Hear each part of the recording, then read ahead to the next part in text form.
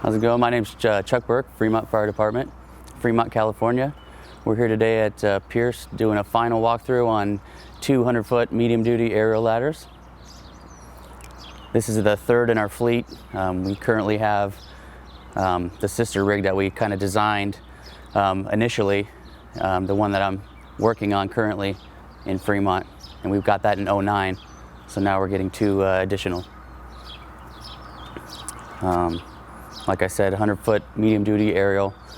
The kind of calls we respond to, you're just your typical house fires, single story. We have some apartments. We have a couple of high-rise, up to about 10 stories in our department.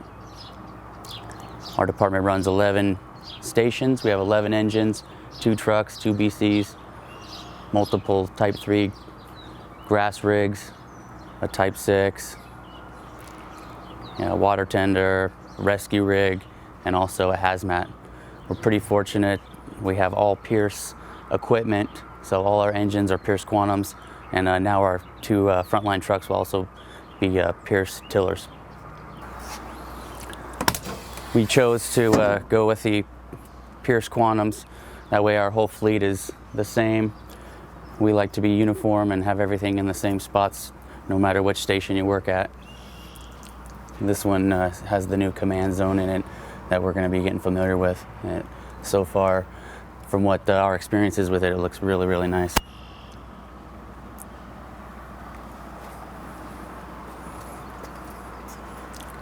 Some of the custom things we added here are side compartments for storage for our turnout gear, so the engineer, captain can grab their gear from the outside. They don't have to open a door to get to their equipment. And the way we set these up as well is each person on the rig has their own compartment for their gear, their SCBA, and safety equipment.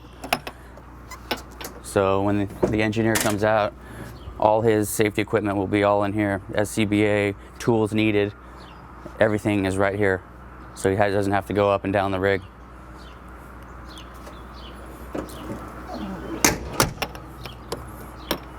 And the way we set this up as well, the driver's side is all support, and the captain's side or the passenger side is all code 3, ventilation, rescue, auto extrication, and this side is more support as far as doing the overhaul, fuel recovery, things like that.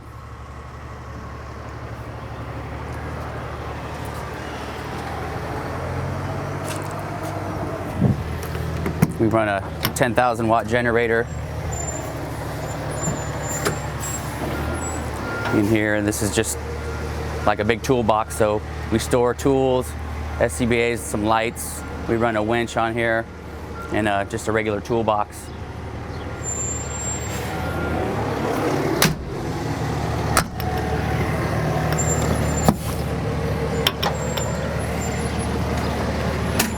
There are a couple of cabinets that run traverse, so we can pull from both sides.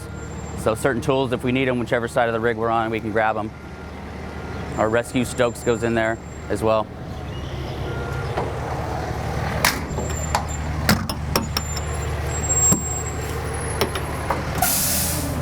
We do some water recovery.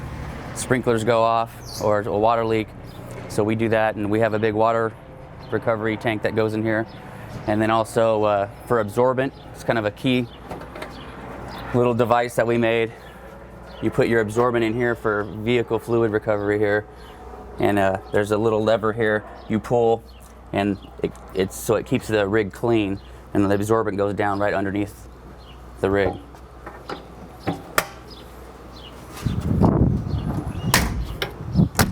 We run a couple of blowers on here as well, and we wanted to get everything inside so nothing is exposed to the outside. So we have the full cabinetry all the way back. We run 2 24-inch blowers in here, and then our fuel recovery.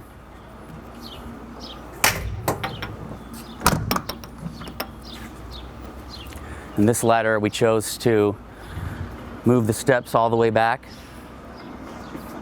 and move the compartment forward to kind of give ourselves a better angle here, so just less of a chance of running into a possible thing or getting in tighter areas.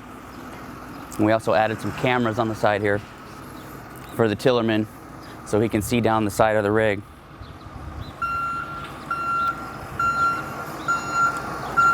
It's our ladder compartment.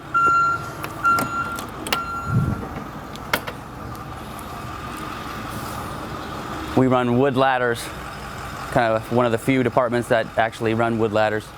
So our 235's pretty heavy, just under 200 pounds, and we carry them up on the beam, or up a flat raise actually. So we pull them right out and they go right onto our shoulders. There's no flipping or anything like that, so that's the way we set those up. And then our other ground ladders we have on the beam, so we just go right out and put our arm right into it. And then miscellaneous tool storage as well.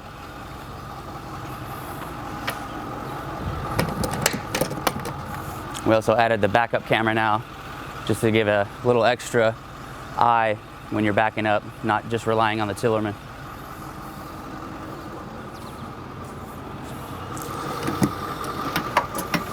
And like I said, each person has their own compartment. So this is the tillerman's compartment. He comes down, SCBA, gear, everything's right there. Radio is going to be in there.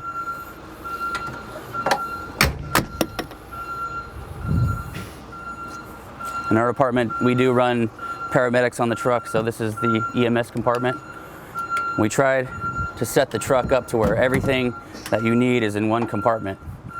So once this is outfitted, all our EMS gear will be in here.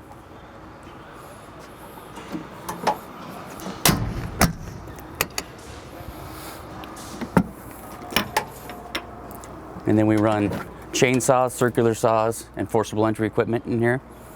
Kind of a neat thing we added for us is we added a air chuck in here so we can actually work on the saw, get it really clean, put it right back in service right on scene. Just use these trays, and we added some lights here for better visibility.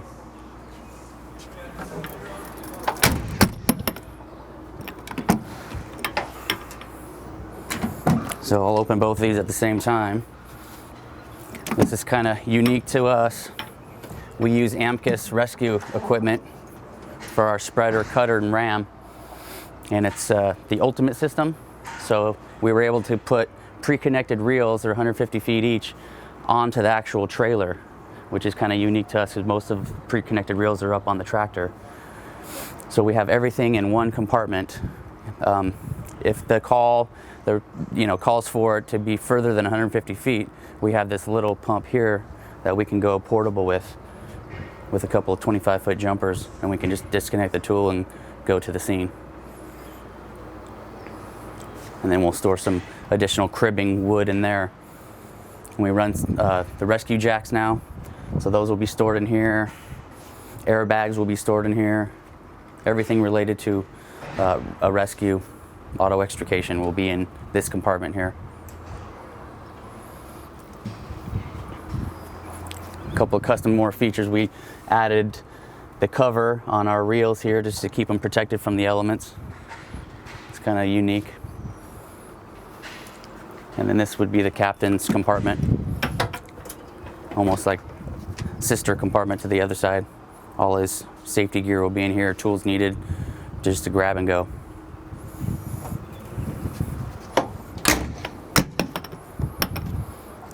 And that's pretty much it. Our truck, we're very, very happy with them and very fortunate to have our whole fleet be Pierce Quantums for uniformity. So, thank you.